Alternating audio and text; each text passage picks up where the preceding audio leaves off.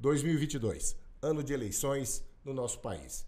Em todos os estados da federação, vamos escolher desde presidente da República, senadores, governadores, deputados federais e deputados estaduais. É um momento onde o cidadão faz a sua escolha e essa escolha, cada vez mais, ela deve ser consciente, no sentido de que tenhamos eleições limpas, eleições claras e que revelem, de fato, a vontade do cidadão, a vontade popular.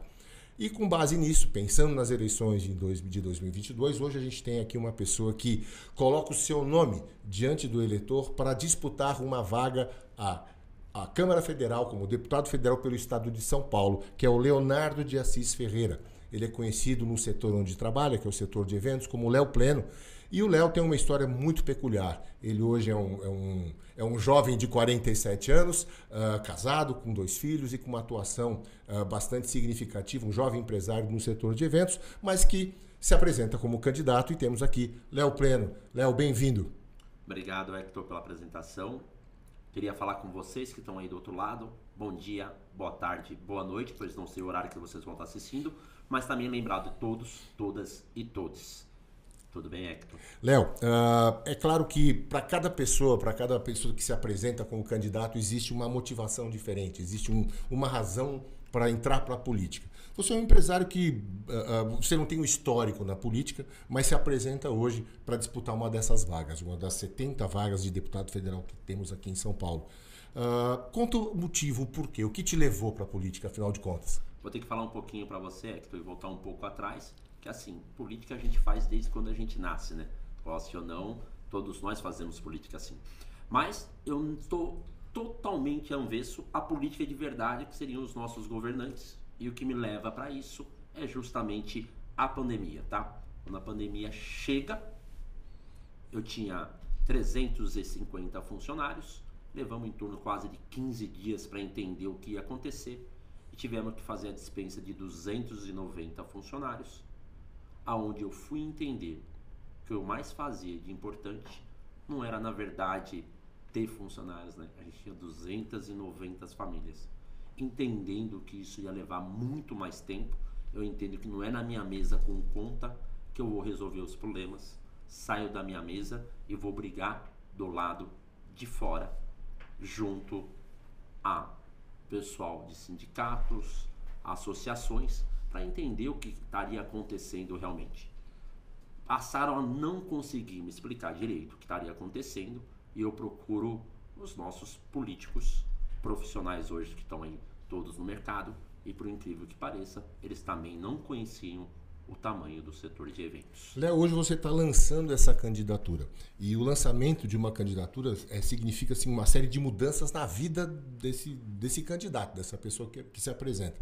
O que mudou na sua vida, o que mudou na sua cabeça principalmente a partir do momento que você começou a se envolver com as questões de política, as questões de campanha e o que você está vendo ao longo, principalmente da sua pré-campanha? O que você tem visto de diferente que antes você não via? Eu vou dizer para você assim, a primeira coisa que eu percebi depois que a gente foi se envolvendo para dentro da política, que realmente, junto aos nossos governos, conseguimos resolver muitos assuntos peculiares, mas para isso a gente precisa ter algum conhecimento lá dentro. E a gente passa a entender que não importa qual político você converse, você precisa ter um número atrás de você. Só que não adianta você ter um número atrás de você se realmente você não tiver essa representatividade e não conhecer aquilo que você vai fazer. Como a procura da representatividade não é só para o setor de eventos, mas também sim para a periferia e os empresários, porque hoje eu também sou empresário, eu preferia me candidatar porque eu entendo que eu tenho pleno conhecimento para falar sobre o setor, sobre a sua periferia e sobre os trabalhadores. Léo, agora eu vou pegar pesado com você. A gente sabe, isso aí tem pesquisas que o tempo inteiro falam a respeito disso, de que a categoria que tem a pior imagem junto à opinião pública brasileira, assim, a gente tem uma série as melhores, por exemplo, são os bombeiros, né? São os profissionais de saúde, são as mais consideradas. O político é normalmente a que tem a pior imagem, né? O político tem a imagem de quem Vou falar a verdade, político é ladrão, político é corrupto, tem muito disso no imaginário das pessoas.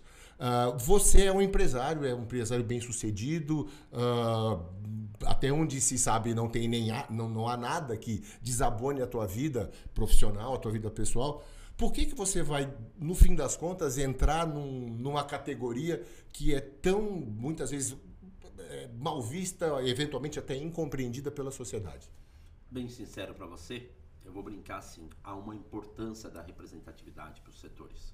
E eu brinco assim, se for para ser chamado, que nem a gente brinca, que o político é todo ladrão, tem um político ladrão seu, que conheça o seu setor de verdade e que conheça a periferia. Porque só tem um jeito de a gente conseguir resolver isso, tendo pessoas que entendam as outras pessoas. E o que me move a isso é acreditar que eu cheguei como empresário de sucesso até onde eu cheguei. E como você mesmo disse aqui, não tem nada que manche minha imagem, eu não tenho dúvida que eu vou entrar para a política, vou fazer um trabalho correto e vou sair de lá sem estar com a minha imagem manchada. Isso é um ponto importante, ou seja, tem a convicção de que, ou seja, isso significa princípios, né? De uma certa forma são princípios pessoais que você está levando para essa empreitada na política. Eu brinco assim, existem valores que são implantados em você quando você é pequeno, né? Uhum. E daí você pode brigar com esses valores internos. Eu venho brigando com esses valores há muito tempo, porque quem vem criado em periferia tem tudo para andar no caminho errado. Então eu tenho o tempo todo coisas me forçando a mudar os meus valores. E você sabe que daqui a pouco eu vou querer até pegar um pouquinho mais esse lance da periferia em si, para que a gente aprofunde um pouquinho mais nisso. Mas eu queria antes, ainda dentro da política, hoje no Brasil a gente tem um debate muito sério, muito importante sobre direita e esquerda, uma polarização muito grande. Como é que você se vê dentro desse cenário de direita e esquerda? Como é que você se posiciona aí? Para que lado que você levanta a bandeira?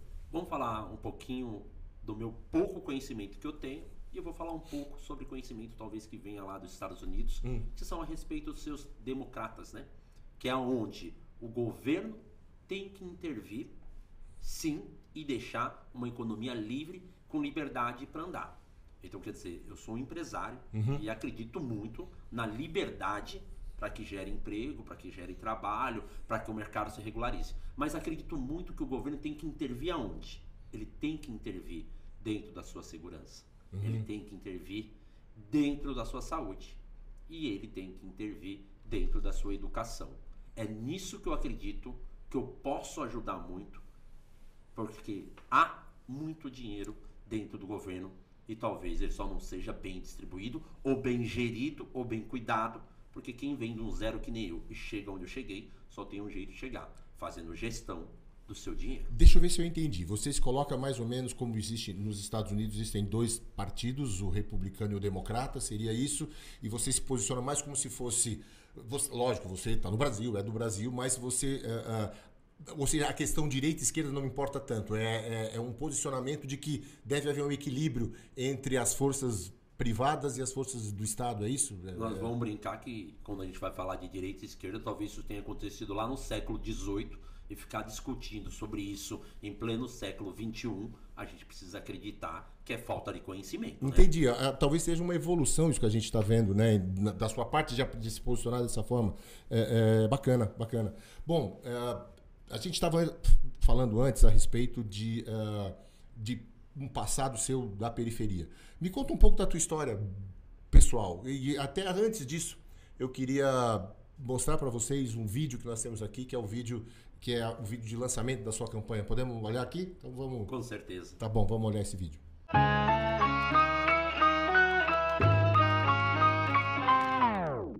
História igual a de tantos, moleque chorando nos cantos. Engole essa raiva e esse medo, ninguém pode ver seu segredo. Surfando no teto gelado do trem, a luta eterna entre o mal e o bem. Você que escolhe o rumo e a estrada, vacilou, irmão, perdeu a parada. Nunca baixando a cabeça, não. Nunca aceitando a sentença, não. Se liga que é duro cruzar o deserto, e o único jeito é fazer aquilo que é certo. O mundo real é sem lei, é cruel. Não Não tem roteiro e eu sei bem o meu papel. Do alto eu vejo que agora eu venci, mas nunca esqueço das raízes e de onde eu saí. Vontade mais forte que aço, abrindo caminho e espaço.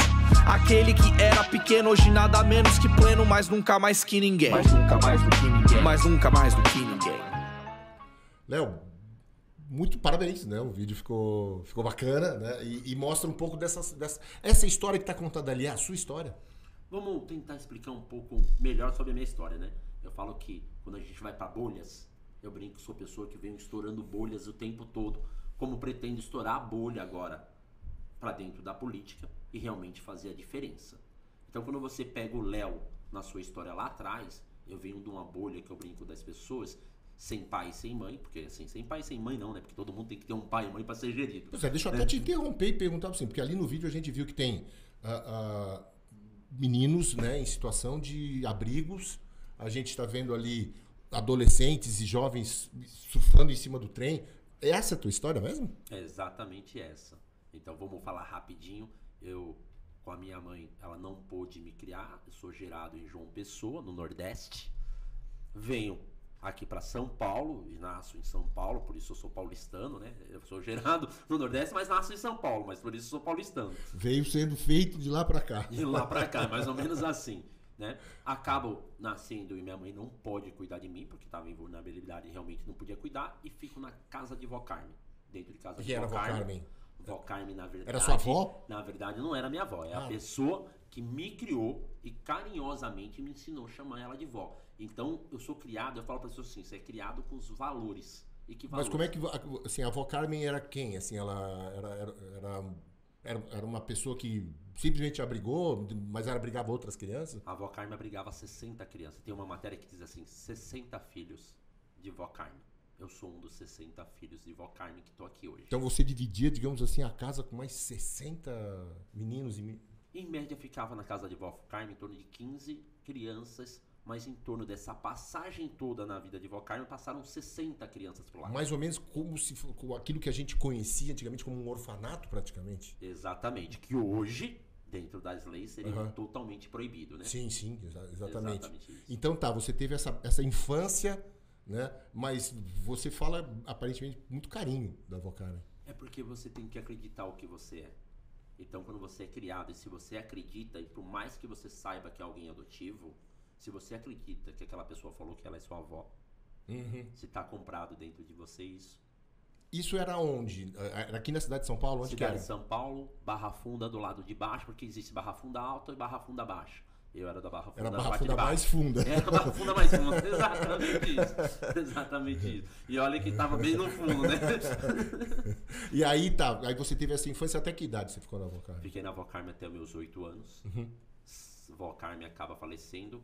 Vó Carmen, por incrível que pareça, eu vou brincar, sempre tem o puxa-saco, cada um que é criado, aquele carinho que tem a mais. Você era o xodózinho da Vó Carmen? Eu era o xodózinho da Vó Carmen, eu era a pessoa que dormia com ela sempre o amiguinho dengozinho, né? Sim. Legal. Tá, e daí depois, quando aconteceu Acaba acontecendo o falecimento de Vó Carmen, e daí a gente acaba tendo que escolher, que ficaram 3 irmãos. Eu, Ricardo e Lick, e a gente acaba tendo que escolher com quem a gente ia morar. Então, a gente aprendeu a chamar toda a família de Vó Carmen de pai, mãe e tios. E os meus irmãos, meus 2 irmãos, escolhem morar com o pai. Né? Eu era mais arteiro, criei com meu tio que é bastante arteiro, mas nas escolhas dos 2 irmãos que vão escolher o pai, eu passo a ir para casa do pai, escolho o pai também para morar. Então a gente tem uma mudança de Barra Funda, de uma classe periférica, vamos dizer assim, né? E muda para uma classe média dentro de, vou falar que é Pirituba, Vila Fiat Lux. Então há uma mudança drástica. Aí você foi morar com? O meu pai. E daí você gostaria de saber o nome do meu pai?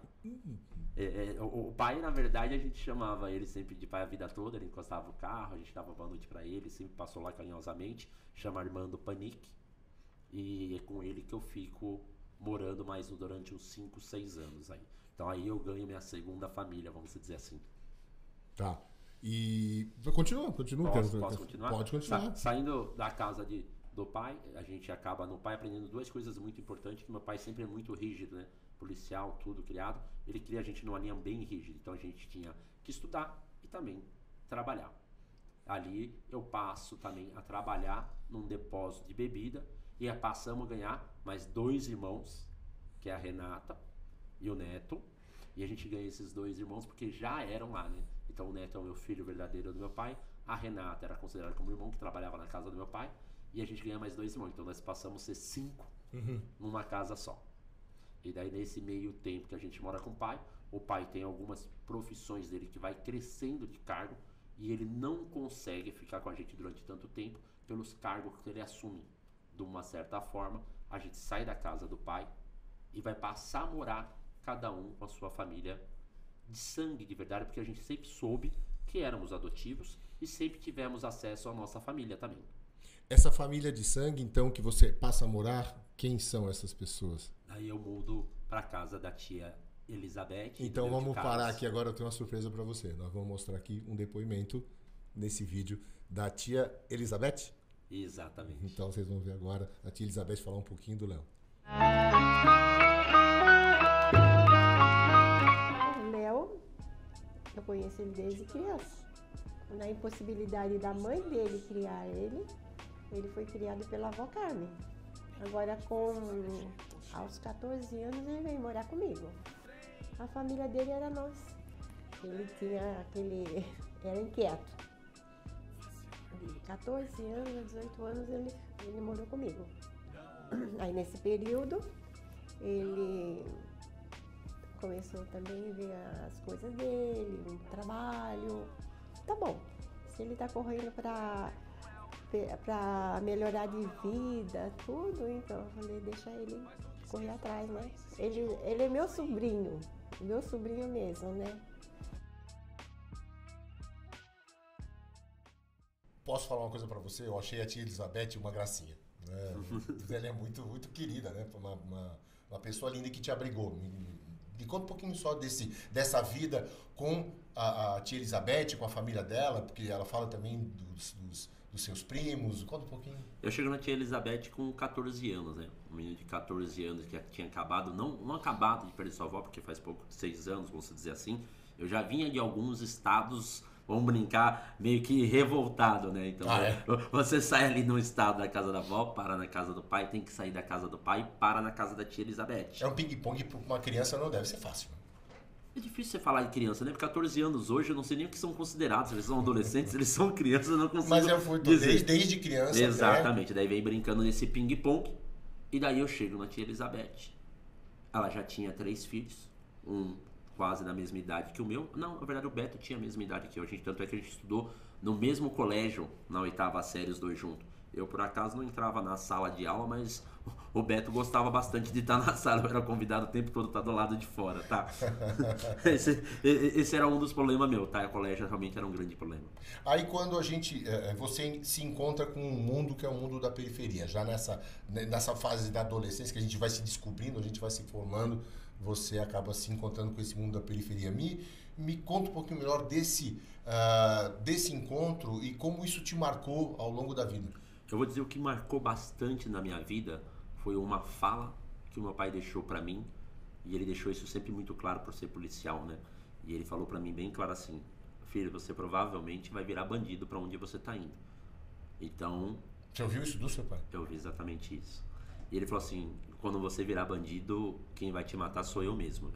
Por incrível que pareça, às vezes essa fala é importante e te marca. Isso é muito forte, né? É forte, mas assim... Eu paro na periferia, que nem eu falei pra você, muito revoltado de escola, me torno surfista de trem, passo a andar com pessoas que usam então, muito drogas. Então, o surfista de trem do filme essa fase. Exatamente nessa fase. E daí eu passo a andar fazendo algumas coisas erradas, e que aí eu brinco onde eu sou quase um ex-quase bandido, né?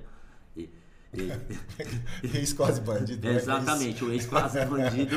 O que faz você parar e desistir justamente de ser bandido é lembrar sempre da sua fala e o que te marca, né, junto dentro de ti. A educação faz muita diferença sempre. Isso me marcou demais. Toda vez que eu estava indo para um caminho errado, eu me voltava para o caminho certo, porque eu não esqueço da fala do meu pai. Isso que eu quero até abordar, porque infelizmente muitos jovens acabam partindo justamente para esse caminho né? Que é um caminho que não leva para o melhor lugar, né? E você não, né? Então, me diz um pouco daquilo que de fato te colocou num caminho, porque no fim das contas você é um empreendedor, né? O que te levou então a ser esse quase bandido, né? Para se tornar um empreendedor e um empreendedor de sucesso? Vou falar de empreendedorismo bem rápido. Aos 8 anos, para mim poder ter pipa, linha e não sei o que mais, eu passo a fazer venda de geladinho, ferro velho, não sei o que mais, para poder ter isso. Com quantos anos? 8 anos. Depois eu vou passar para você rapidinho, aos meus 12, 13 anos, a gente está falando dentro do plano Collor ali rapidinho, eu cuidava num depósito de bebida, onde eu já trabalhava na casa do meu pai, e passamos pela dificuldade do plano Collor nessa mudança. Então ali também eu já fazia empreendedorismo sempre muito jovem. Quando eu paro na casa da minha tia, eu trabalho para ela durante 1 ano e pouco, 1 a 2 anos, junto com meu tio que cuidava de varal, e tudo que eu via sobre negócio, eu só pensava numa coisa: como eu podia fazer aquilo crescer mais. Aí vem a minha parte de empreendedor. Essa é a visão de empreendedor, então, né? É a visão que todo empreendedor talvez tenha desde pequeno. Então você aí, que ainda pensa em ser empreendedor, pode ter certeza que você nasce quando é pequeno um pouco com isso. Mas vamos lá, talvez isso seja algo que esteja dentro do Léo. Exato. Né? Esse lado empreendedor. Exato. Mas, e de uma certa maneira, como que você imagina que isso pode, esse exemplo que você, mas é um exemplo pessoal, sim, como você pretende expandir esse exemplo para outras pessoas, principalmente as pessoas que vivem na periferia, né? Para que isso seja algo mais possível para outros jovens, até porque nem todos são Léo, né? Que tinham essa chama interna, mas que talvez seja necessário criar possibilidades de oportunidade para mais gente. Então eu vou ter que explicar um pouquinho sobre isso, tá, Hector? Tá, por e favor. falar bem sincero da forma que eu penso. Eu acho que 50% todos nós nascemos sendo. 50% a gente se forma com a vida, né? Então assim, quando a gente pega muita gente da periferia, talvez ele não possa ter nascido com o meu 50%, mas eu posso pegar o meu 50% de experiência e passar para ele. Ele talvez nunca vai ser o 100% do Léo, mas ele consegue chegar a 80%, 90% até se ele se esforçar em ter esse conhecimento. E daí a gente chega na educação financeira pequena do Léo, que é aquela educação do mais e menos que eu canso de falar para todo mundo. Você pega mais, solta todos os seus menos gastos que estão acontecendo, e quando você for fazer qualquer venda ou qualquer negócio, ele não pode dar nunca menos. Se ele estiver dando menos, está errado. Como dentro de casa também deveria acontecer a mesma coisa com o dinheiro que entra do pai e da mãe. Não poderia nunca estar dando menos. A gente procura os menos que não nos interessa, arranca ele dali porque você consegue olhar, e uma hora ele vai dar mais. Daqui a pouco a gente vai detalhar um pouco mais como a gente conseguiria, ou quais são as tuas ideias para multiplicar isso para mais pessoas, para poderem encontrar esses caminhos. Mas antes, eu quero mostrar para você um cara que te conhece, uma pessoa que conhece você e que justamente reconheceu esse teu lado de empreendedor. Você conhece o Galdino? Com certeza. Então, o Galdino vai também falar um pouquinho do Léo. Ele vai me repreender, hein? Com certeza. Com certeza. Leonardo, eu conheci ele já muito mais jovem, certo? Estudando aqui na casa do meu vizinho, um menino muito dedicado. Eu muitas vezes repreendia ele que ele ficava surfando em cima do trem. Eu digo, Leonardo, não fique surfando em cima do trem. E isso aí eu vi, esse menino é inteligente. Logo ele montou a firma dele, contratou muitas pessoas que trabalhavam aqui no bairro, entendeu? Uma pessoa humilde. Toda pessoa do bem é uma pessoa humilde. Então ele nunca deixou de estar aqui, sempre visitando nós. Entendeu? Mesmo no outro patamar, ele sempre vinha aqui visitar os primos dele, os colegas dele, entendeu?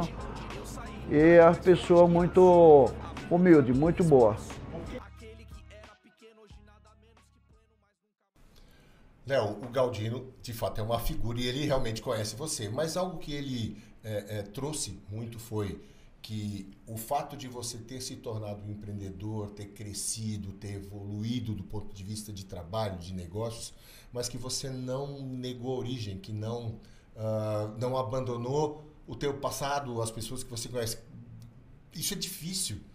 Me conta um pouco, então, de manter essa base, essa origem, ou seja, não sair totalmente daquele passado.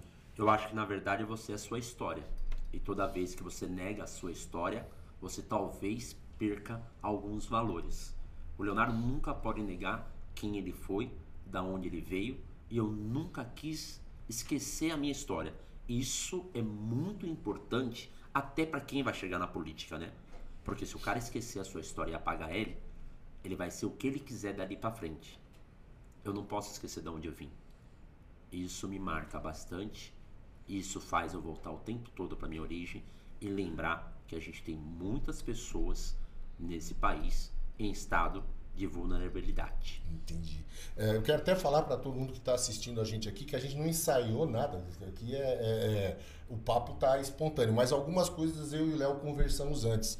E tem um negócio que você me disse que me impactou do ponto de vista de alguém que se torna um candidato a deputado federal, né? Que você me disse, Léo, que o fato de você ter um histórico da periferia, de conhecer de fato a vivência, os dramas, e você me disse mesmo, inclusive as alegrias de viver lá, que não é ruim, que é legal, né? Que é um povo bacana, que é gostoso, mas você viveu também as carências, as necessidades, como aquilo mudou, e também o lado de empreendedor, de empresário, alguém que evoluiu, alguém que hoje faz negócios com o mundo. Hoje você faz negócios com o mundo. E que você me diz que você unir essas duas pontas, você trazer essas duas pontas, inclusive considerando o teu cenário como empreendedor do setor de eventos, isso te coloca numa posição que é necessário que você seja um transformador. Hector, eu vou brincar com você agora com você branquinho, de olhinho claro, tá bom? Só falta você dizer que eu sou bonito. Aí eu já vou começar a acreditar que você está virando político mesmo, que está ficando mentiroso. Na periferia nós diríamos que você seria outra coisa, e não é bonito. Tá vendo? Ó, tá vendo? Tá virando político. Mas vamos brincar aqui com a gente bem sério. Primeira coisa, o pessoal da periferia nunca se sente nada inferior a ninguém. Até porque a gente se sente muitas vezes superior a qualquer outra pessoa, porque a nossa vida sempre é uma luta, tá? Então, assim, é dentro dessas lutas que nós estamos falando e é dentro dessas lutas que a gente quer fortalecer o pessoal da periferia para eles entenderem o quanto eles são importantes para esse mercado todo de trabalho, porque somos nós que abastecemos todo esse trabalho, tá? Então, eu saio de uma periferia com muito trabalho, acreditando que posso me tornar um empreendedor, me torno nesse empreendedor, no meio do caminho eu vou aprendendo os processos, justamente, daí eu vou falar uma língua mais difícil, que é societário, tributário. Se você não aprender isso como empreendedor, você não se torna um empresário. Eu aprendo isso com a vida, então não é com a escola. Hoje me torno um empresário de sucesso, com empresas em São Paulo, Rio de Janeiro, Recife, Florianópolis. E entendo que empresarialmente eu conheço todos os lados e todos os caminhos, brincando também que eu conheço até o caminho mal andado, às vezes quando a gente brinca do ex quase bandido, né? Então assim, você sabe qual o caminho que vai te pender pro errado, e a gente não quer que isso aconteça com todo o pessoal da periferia, porque a falta de oportunidade pode causar isso a eles. Uma coisa interessante que você falou agora, até da tua evolução empresarial, isso aí me trouxe a seguinte visão, de que você não precisa da política. Você vai servir. Né? Porque você não precisa dela para enriquecer ou para tirar qualquer vantagem. Você já tem uma vida estabilizada, já tem ou seja, na verdade, a impressão é que você está para servir mesmo. Exatamente isso. Vamos dizer um pouco sobre trabalhadores. Eu acho que todo político, ele é um trabalhador. Essa que é a grande verdade também, como todos os trabalhadores são trabalhadores. Só que o político, na verdade, ele tem uma coisa muito além, né, de ser um trabalhador. Ele precisa ser eleito democraticamente através de uma busca de representatividade. É essa busca de representatividade que eu estou hoje.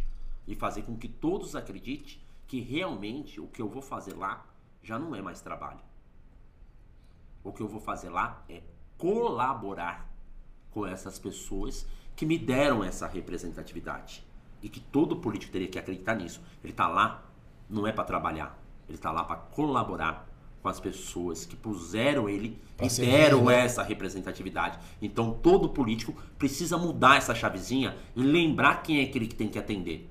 Ele não está lá para atender ele. Ele está lá para atender quem colocou ele lá. E muitas vezes isso é esquecido. Pensando nesse lado do Léo empreendedor e hoje candidato, né, deputado federal, a gente vai ver agora o depoimento de uma pessoa que trabalha com o Léo, conhece o Léo há muito tempo.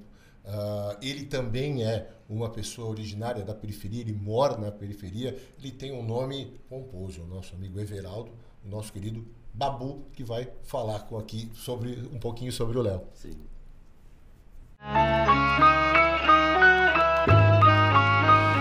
Eu conheci o Léo em 2004, eu tinha acabado de sair de uma empresa, e aí eu fiquei desempregado e fui trabalhar com reciclagem. Eu lembro que eu cheguei num depósito, peguei um carrinho e estava passando, falou para mim, eu tirando o portão, ele falou, por que você está trabalhando com isso hoje? Você não teve nenhuma oportunidade de emprego ainda? Ele falou, então é o seguinte, se você não tiver problema com o horário, porque nós trabalhamos com evento, você pode começar amanhã. E foi assim a história que a gente se conheceu.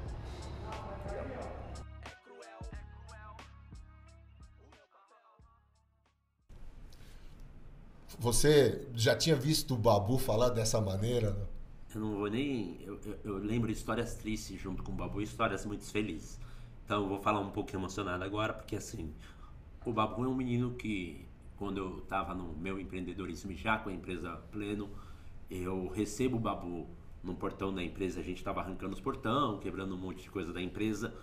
E o Babu, na verdade, estava na carrocinha e eu lembro até hoje, ele falou assim, o pessoal tá querendo me vender o portão, não sei o que mais. Eu ainda brinquei com o meu pessoal na minha turma, eu falei, como assim querendo vender o portão pra você? O portão é pra você levar, pra você poder vender no ferro velho, não sei o que mais. Mas eles estão querendo me vender. Porque minha turma, de vez em quando, queria vender pra comprar sua cervejinha, todo mundo quer ganhar seu negócio. Mas aí eu brinco ainda com ele, falo assim, Babu, e não é Babu, que Babu eu chamo ele de outro carinhoso hoje. Fala assim, seu nome é Everaldo? Everaldo, você tá querendo trabalhar? E ele fala assim, sim. Fala assim, então se você chegar no horário amanhã, você tá empregado. Pode chegar às 7 horas. O Babu entra, tem uma trajetória junto comigo.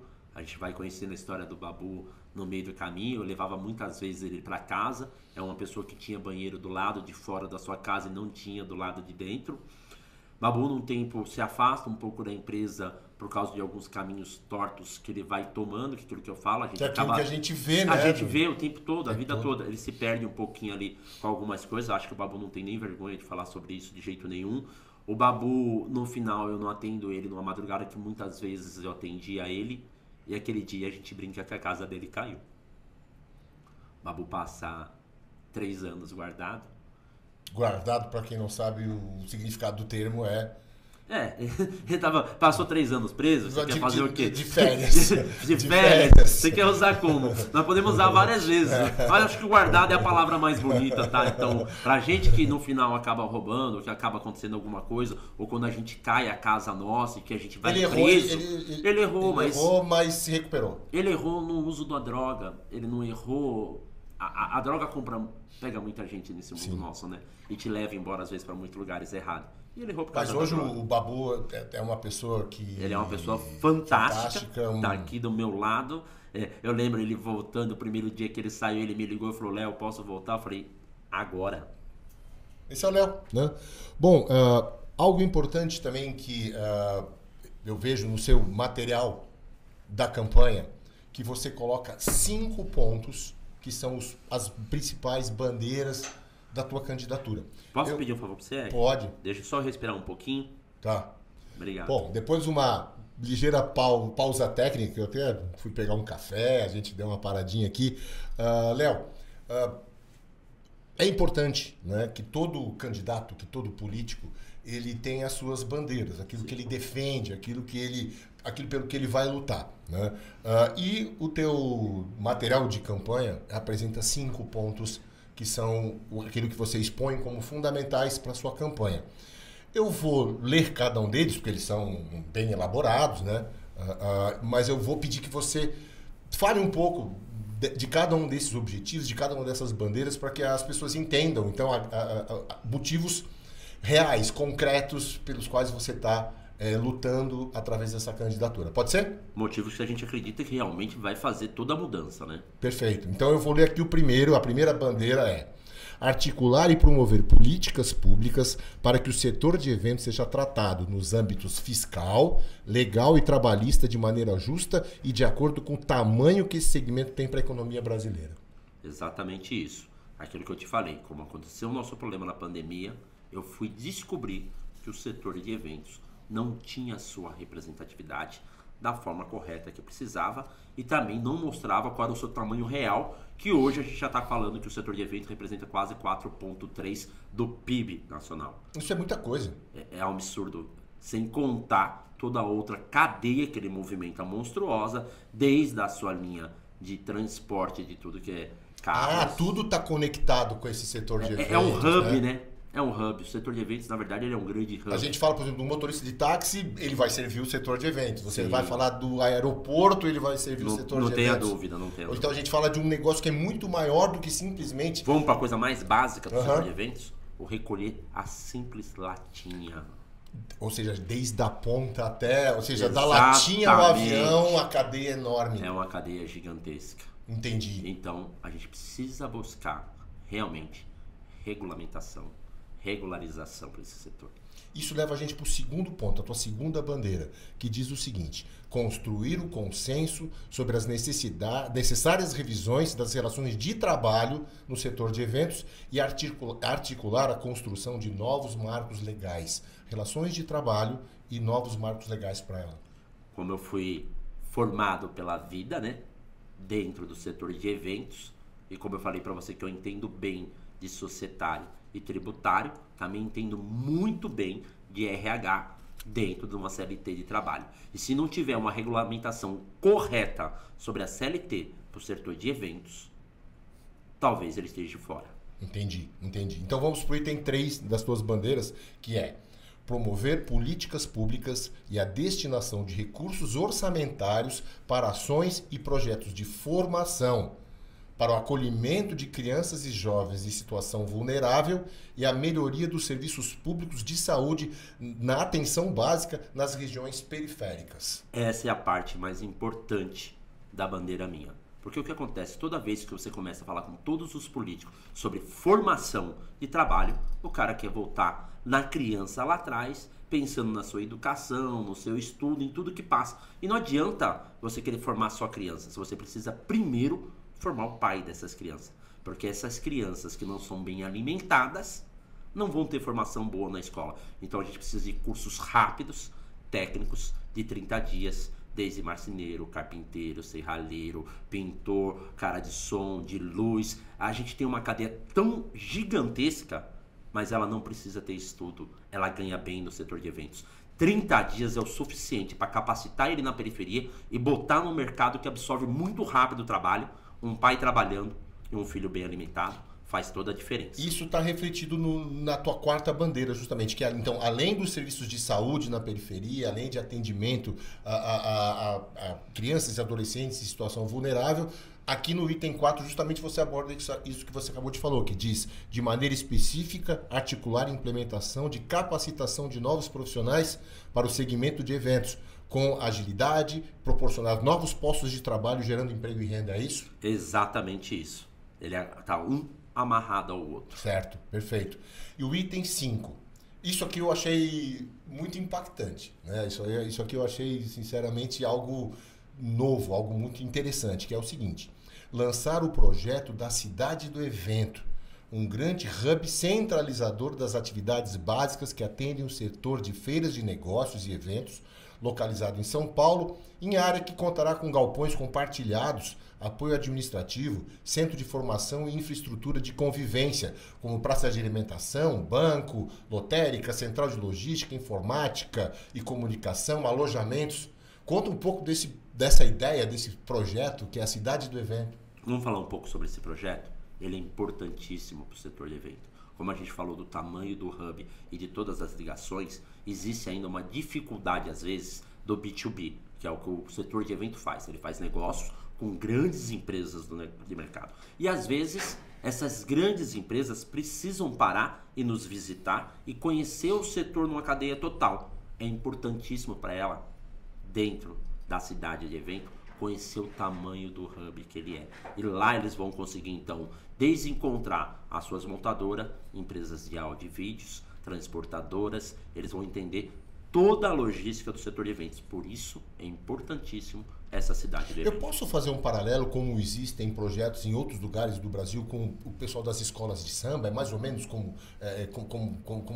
fazem para as escolas de samba? É mais ou menos parecido? O que aconteceu com as escolas de sambas eu não consigo dizer direito, tá, Hector? Então eu vou dizer para você assim. O que aconteceu com as escolas de sambas especiais, elas ganharam seus galpões, um terreno gigante, e o que eu entendo que dentro das licitações, quando elas são campeãs, elas podem usar aqueles galpões porque eles geram muito emprego.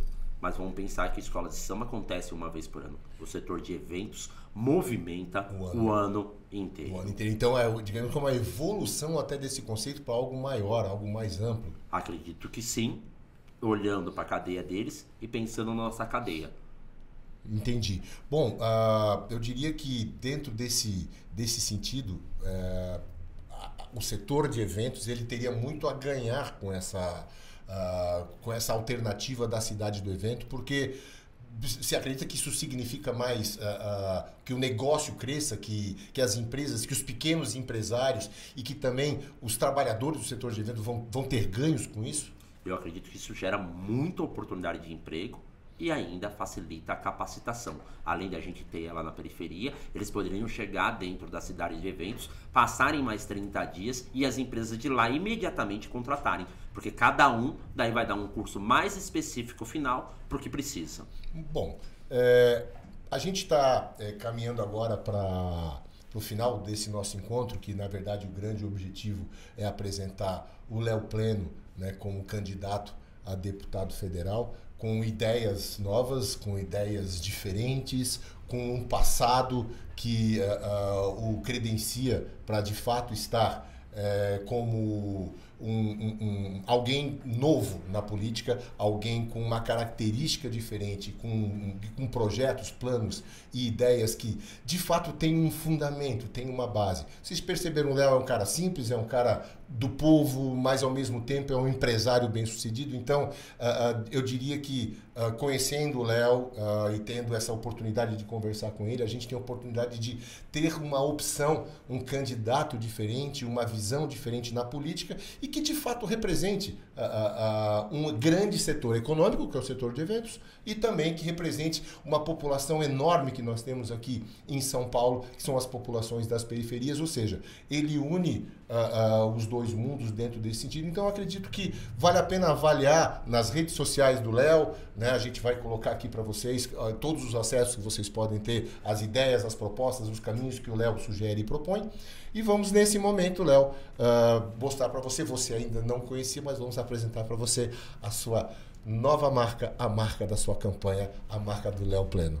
Vocês deixaram bastante surpresa aqui, hein? Obrigado, Hector. Vou aguardar e vou ver. Léo, boa sorte na sua campanha, boa sorte nessa caminhada e principalmente que a gente tenha no Léo Pleno um deputado federal que honre o mandato, que honre São Paulo e que principalmente honre a sua história, seu passado. Posso falar a respeito de uma coisa de sorte? Por favor. A minha vida inteira eu falo para as pessoas que a sorte faz parte. Então, quando você está me desejando boa sorte para minha candidatura, eu vou dizer uma coisa para vocês. Mais do que sorte, eu preciso de voto. Tá certo, o candidato tem que pedir voto. Léo, esse é o Léo Pleno, candidato a deputado federal. Um prazer falar com você. Obrigado. E vocês vão ver o Léo muitas outras vezes com outras pessoas que vão conversar com ele, vão aqui trazer as ideias e tudo aquilo que ele pensa e pode trazer para essa política que precisa de gente boa, gente bacana e gente com boas ideias e com bom coração como é o Léo Pleno. Tchau, pessoal. Até a próxima. Valeu, gente.